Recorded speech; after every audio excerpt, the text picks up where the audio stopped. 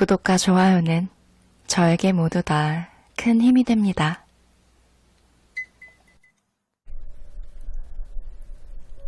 안녕하세요. 거북이의 별책부록의 거북이입니다. 꿈을 이루고 싶고 성공하기 위해 도전하고 살면서 용기가 필요할 때 마음이 힘든 상황에서 긍정적인 생각을 하려고 아무리 노력해도 부정적인 감정들이 스멀스멀 올라올 때가 있어요. 그럴 때 여러분들은 어떻게 하시나요?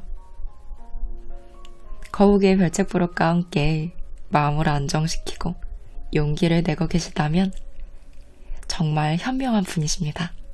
아주 멋지세요. 나는 잘 이겨내야 하는데 부정적인 생각이 들 때 저는 다른 방법보다 단순하게 말로 내뱉는 확언을 하는 것이 용기를 내고 긍정적인 마음을 갖는데 정말 많은 도움이 되었어요. 그렇다면 어떤 확언들을 해야 용기를 팍팍 얻을 수 있을까요? 오늘은 확언 가이드가 될 수 있는 박시연 저자의 나는 된다, 잘 된다와 함께 효과적인 확언을 통해 내 감정을 지혜롭게 컨트롤하고 결국 원하는 것을 해내는 방법에 대해서 알아볼게요. 우리는 하루에 수많은 결정을 내리잖아요. 기분이 어떤지에 따라 그 결정이 달라지는 경우도 많죠. 분노를 제어하지 못해 폭력이나 자학을 하는 것도 감정적 결정입니다. 기분이 좋으면 더 풍성하게 남에게 베풀고 친절한 행동을 하는 것도 감정의 영향입니다. 실제로 권위 있는 신경과학상을 수상한 생물학 교수 데이비드 앤더슨은 감정이 뇌와 신체의 행동의 변화를 가져온다고 말했습니다. 계속 움직이는 감정은 행동 또한 바꾸는 강력한 동기가 됩니다. 그렇다면 우리가 소원을 이루고 싶으면 어떤 감정을 유지해야 할까요? 우리가 소원을 이루고 싶다면 감사와 행복의 감정을 유지해야 합니다. 소원을 이루고 싶다면 감사와 행복의 감정을 유지하는 것이 중요합니다. 끌어당김에 관한 세계적 영성가인 에스더 힉스는 감정은 자신의 허영 상태를 보여주는 척도라고 말합니다. 이 때문에 우리는 감정을 반드시 선택해야 합니다. 원하는 것을 이루기 위해서는 미친 듯이 감사해야 합니다. 확언을 통해 행복한 감정을 선택하고 그곳에만 머물러야 해요. 감사의 감정을 유지해야 원하는 것이 허용되기 때문입니다. 여러분, 지금 활짝 웃으며 이렇게 말해보세요. 나는 기분 좋게 살고 있어. 나는 기분 좋게 살고 있어. 나는 기분 좋은 선택을 하고 있어. 나는 기분 좋은 선택을 하고 있어. 감정은 바이러스처럼 퍼져나간다고 해요. 내 앞에 사람이 막 웃으면 나도 모르게 웃게 되잖아요. 활기차고 기분이 좋으면 왠지 나도 기분이 좋아지고요. 이렇게 긍정적인 감정은 더 좋은 것을 연결하고 허용의 범위를 넓혀 좋은 결과를 끊임없이 만들어냅니다. 감정은 조절할 수 있습니다. 내가 통제하지 못하거나 어쩔 수 없는 감정이란 없다고 해요. 모든 상황에 감사하다고 확언해보세요. 긍정적 상황, 부정적인 상황, 아무렇지도 않은 상황, 모든 상황에 모든 것에 감사하다고 확언해보세요. 물을 마실 수 있어 감사합니다. 아침에 일어날 수 있어서 감사합니다. 숨 쉴 수 있어 감사합니다. 회사에 데려다주는 지하철이 있어서 감사합니다. 저희 집에서 어제 저녁에 찐빵을 쪘어요. 저는 갓 찐 뜨끈뜨끈한 것보다 좀 식은 찐빵이 따끈한 커피에 더 맛있더라고요. 그래서 제가 먹을 몫을 일부러 안 먹고 모셔두고 있었거든요. 근데 오늘 그 찐빵을 먹으려고 기분 좋게 커피를 탔는데 냄비를 보니까 가족이 싹 먹어버린 거예요. 잠시 화가 났지만 덕분에 살이 덜 찔 수 있어 감사합니다. 내가 안 먹음으로 가족들은 맛있는 걸 먹을 수 있어 감사합니다. 이렇게 어떤 일에도 짐작되는 감정이 결론이 감사가 되도록 지속적으로 감사 확언을 해보세요. 우리는 감정을 조절하고 어떤 일이든 얼마든지 결과를 바꿀 수 있습니다. 목표에 집중하고 소원에 의미를 부여하고 감사의 감정을 선택하세요. 감사의 감정은 긍정적 행동을 일으킬 것입니다. 감정과 행동이 선순환되면서 소원이 무한히 이루어지게 될 거예요. 어떤 소원도 이루는 거인으로 같이 성장해 봐요. 감정을 선택한다면 반드시 해낼 수 있습니다. 우리는 반드시 기억해야 해요. 누구나 소원을, 목표를 반드시 이룰 마음에 힘이 있다는 것을요. 여기서 말하는 마음의 힘이란 무엇일까요? 마음의 힘이란 어떤 일이 벌어져도 의지를 발휘할 힘을 말합니다.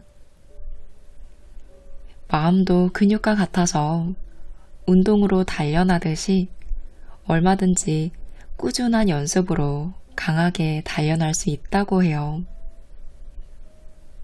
우리가 특정 근육을 쓰면 쓸수록 강해지는 것처럼 마음의 근육도 그렇다는 거죠. 그럼 우리 인생에 이렇게 중요한 마음의 힘을 어떻게 키워야 할까요? 저자는 확언을 통해 마음의 힘을 키우는 방법을 알려줍니다. 마음의 힘을 키우는 첫 번째 방법은 문제가 생겼을 때 긍정 확언을 목표 또는 미래와 연결해서 생각하는 습관을 들이는 것입니다. 예를 들어 직장에서 상사나 동료와 업무적으로 문제가 생겼다고 쳐보죠. 이럴 땐 마음을 진정하고 이렇게 말하는 거예요. 이 일은 내 꿈을 이루는데 배움이 되는 일이야. 나는 이 회사에 다니면서 장래에 큰 도움이 되는 경험을 하는 거야. 이렇게 긍정적으로 말하고 생각하는 습관을 들이면 내면의 힘이 단단해지는 것은 물론 사고체계도 변한다고 해요. 좋은 일이든 안 좋은 일이든 결국 모두 자신의 미래와 인생에 도움이 된다고 점점 확신하게 됩니다. 마음의 힘을 키우는 방법 두 번째는 목표를 이룬다는 확신을 갖고 언제나 긍정적으로 명확하게 확언하는 것입니다. 이와 동시에 목표를 이루는 과정은 만만치 않으며 어려움도 있고 장애물도 만날 수 있다는 현실적인 생각도 같이 해야 한다고 해요. 이것을 정신적 대조라고 하는데요. 정신적 대조를 하면 소원을 이루는 중에 장애물을 만났을 때 주저하지 않고 훌쩍 뛰어넘을 수 있습니다. 뉴욕과 독일의 심리학과 교수 가브리엘레 웨팅게는 20년간의 연구를 통해 목표와 장애물을 함께 생각하는 정신적 대조가 자신이 이루고 싶은 것을 끝까지 해내는 성취율을 높인다는 것을 밝혀냈다고 합니다. 그럼 정신적 대조를 어떻게 하느냐? 정신적 대조의 첫 단계는 목표를 설정하는 것입니다.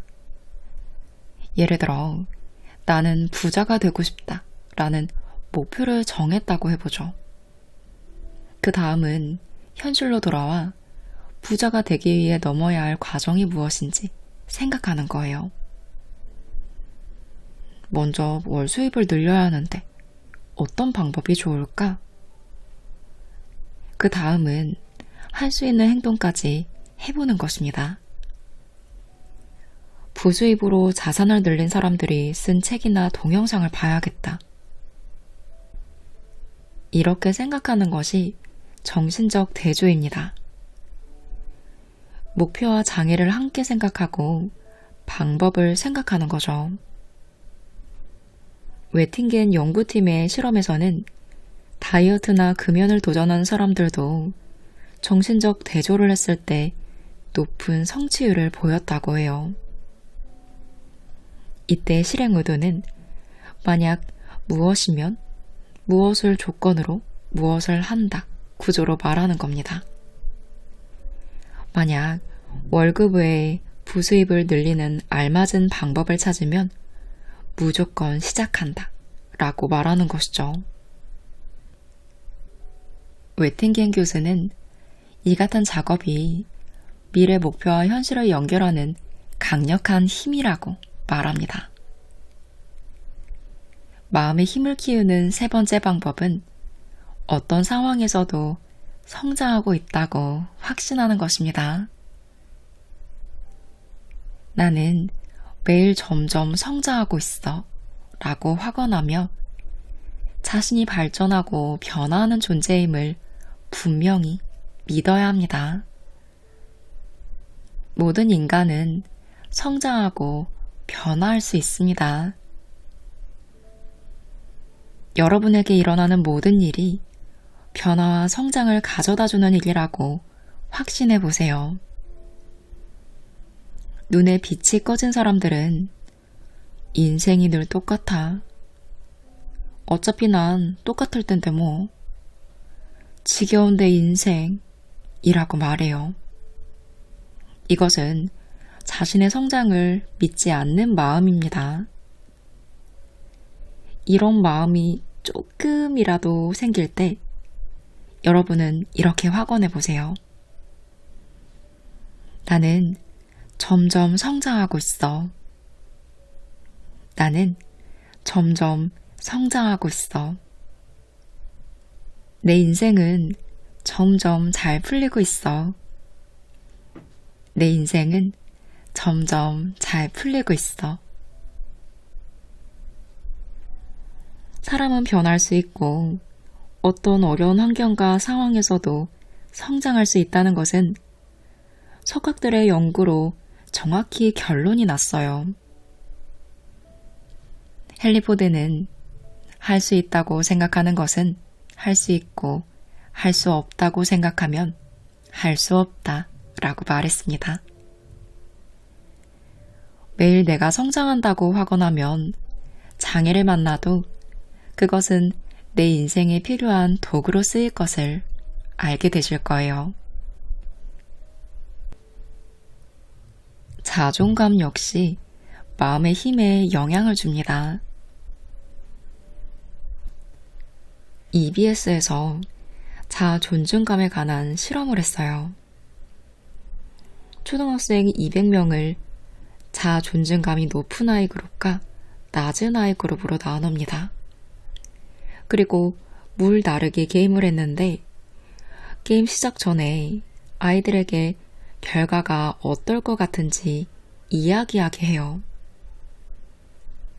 자존중감이 높은 아이는 이길 것 같아요 라고 말했고 자존중감이 낮은 아이는 질 것 같아요. 모르겠어요. 라고 말합니다. 결과는 어떻게 됐을까요? 네, 예상하신 대로예요. 정말로 이길 것 같다고 말한 아이가 이기고 질 것 같다고 말한 아이가 졌어요. 자아 존중감이 높아 마음의 힘이 강한 아이는 자신의 생각을 당당하게 말했고 적극적으로 행동했습니다. 이것을 보고 김현주 교수는 말합니다. 자아 존중감은 역경이나 문제를 잘 극복하며 성공을 이룰 수 있는 요인이 됩니다. 라고요. 확실히 내가 할 수 있다고 생각하는 것과 잘 모르겠다, 못할 것 같다 라고 생각하고 행동하는 것의 차이는 정말 큰 것 같아요. 여러분은 어떤 편이세요? 해보지 않은 것에 대해 적극적이신 편인가요? 저는 누가 할 수 있어? 라고 말할 때 물론 그 대상에 따라 다르겠지만 보통은 난 마음을 먹으면 못할 거 없어. 한다면 해. 할 수 있어. 라고 말하는 편이에요. 확실히 이렇게 말한 거는 어떻게든 해냈던 것 같아요. 처음엔 못할 것 같아도 해내게 상황이 그렇게 되는 것 같아요. 그리고 시작하는 마음가짐이 확실히 다르더라고요. 내가 과연 할 수 있을까? 라는 자기 확신이 부족하고 부정적인 생각이 든다면 지금이라도 자신을 긍정적으로 바라보면서 자신을 사랑하게 되는 확언을 해보세요. 그럼 미래의 나는 어느새 자아 존중감이 높아져 있을 거예요. 자신에게 늘 긍정 확언을 하면서 자기 존중감이 올라간다면 역경을 극복하는 마음의 힘도 함께 강해집니다. 매일 이렇게 말하세요. 나는 온전해. 나는 온전해. 나는 날마다 변하고 있어. 나는 날마다 변하고 있어. 새로운 내가 됐어. 새로운 내가 됐어. 내가 생각하고 말하고 믿는 대로 마음의 힘이 점점 강해지거나 약해집니다. 강한 마음의 힘은 소원을 이루는 중 찾아올 장애와 역경을 깜짝 선물로 여길 거예요. 인생에 큰 지혜를 주려고 변장을 하고 찾아온 축복임을 깨닫게 돼 감사할 것입니다. 나의 부족한 부분을 가득 채워줄 선물이며 그로 인해 점점 더 온전한 사람으로 변화할 것을 확신할 것입니다. 이를 알게 되는 힘이 바로 마음의 힘입니다. 여러분, 성공한 사람들을 딱 봤을 때 어떠세요? 몸짓에서부터 강한 힘이 뿜어져 나온다는 생각 하지 않으셨나요? 실제로 자신감 있는 몸짓, 신뢰를 주는 힘찬 몸짓이 있다고 해요. 하버드 대학 교수 에이미 커디는 우월한 몸짓을 할 때 마음도 같이 변한다 라고 말합니다. 자신감을 올리는 자세로 정신 에너지를 같이 끌어올릴 수 있다는 말이죠. 반대로 몸을 웅크리는 약한 몸짓은 에너지를 떨어뜨린다고 해요. 동물들이 몸이 아프거나 에너지를 최소화해야 할 때 웅크리는 자세를 취하는 것처럼요. 보통 사람들이 스마트폰이나 작은 전자기기를 이용할 때 몸을 나도 모르게 웅크리게 된대요. 근데 이런 자세를 지속하면 무력감이나 우울한 마음이 들 수 있습니다. 에너지를 올리는 몸짓은 자신의 영역을 확장하는 모습이라고 해요. 몇 가지 알려드리자면 먼저 원더우먼 자세가 있어요. 되게 간단해요. 허리에 양손을 올리고 다리를 어깨 너비만큼 벌리는 거예요. 나 여기 있어 라는 위풍당당한 자세를 취하는 거죠. 두 번째는 두 팔을 머리 뒤에서 깍지를 끼고 몸을 확장해 뒤로 젖힌 자세입니다. 오바마가 이 자세를 많이 취해서 오바마 자세라고 불리기도 한다고 해요. 이런 힘찬 자세를 취하고 변화가 일어나는 시간은 단 2분입니다. 2분만 이런 힘찬 자세를 해도 호르몬 수치가 변합니다. 이 자세를 하고 확언을 하면 내면의 에너지가 배로 올라간다고 해요. 그래서 중요한 면접이나 발표를 앞뒀다면 난 반드시 해낼 수 있어. 난 반드시 내가 원하는 자리에 있을 거야. 라고 이 자세를 취하며 당당하게 확언해 보세요.